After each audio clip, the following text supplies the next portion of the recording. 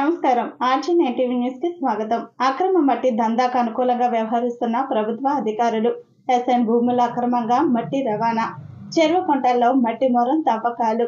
చూసి చూడనట్టుగా revenue irrigation యంత్రాంగం ఎలాంటి అనుమతులు లేకుండా మొరణాల మట్టి తరలింపు.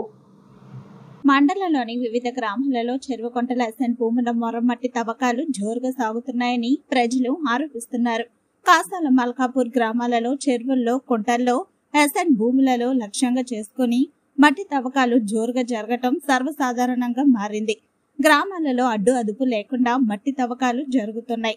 సంక్రాంతి సెలవు రోజుల్లో రాత్రి పగలు తేడా లేకుండా అక్రమార్కులు రెచ్చిపోతూ పదుల సంఖ్యలో టిప్పర్లు, ట్రాక్టర్ల సహాయంతో యథేచ్ఛగా మొరం మట్టిని తరలిస్తున్నారు.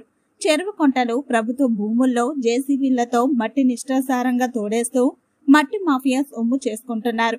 ముఖ్యంగా కొందరు రాజకీయ నాయకుల ప్రమేయంతో బడా రియల్ ఎస్టేట్ వ్యాపారులు తమ కొనుగోలు చేసిన భూముల్లో చదును చేసుకోవడం కోసం అమాయక ప్రజల నుంచి చెరువుల ఎస్ఎన్ భూముల నుండి మట్టిని తరలిస్తున్నారని వివిధ గ్రామాల ప్రజలు తెలిపారు. చెరువుల నుండి నల్ల మట్టిని ఇసుక బట్టీలకు అనుమతులు లేకుండా నల్ల మట్టిని రవాణా ఎలా చేస్తారని అంటున్నారు. మట్టి ఒక ట్రాక్టర్ 800 నుండి 1000 రూపాయల వరకు టిప్పర్కు వచ్చేసి 8000 నుండి 10,000 వరకు తీసుకుంటున్నారని అంటున్నారు. మొరం 700 నుండి 800 వరకు బడా వ్యాపారులు రెవెన్యూ అధికారుల అండదండలతోనే మట్టిని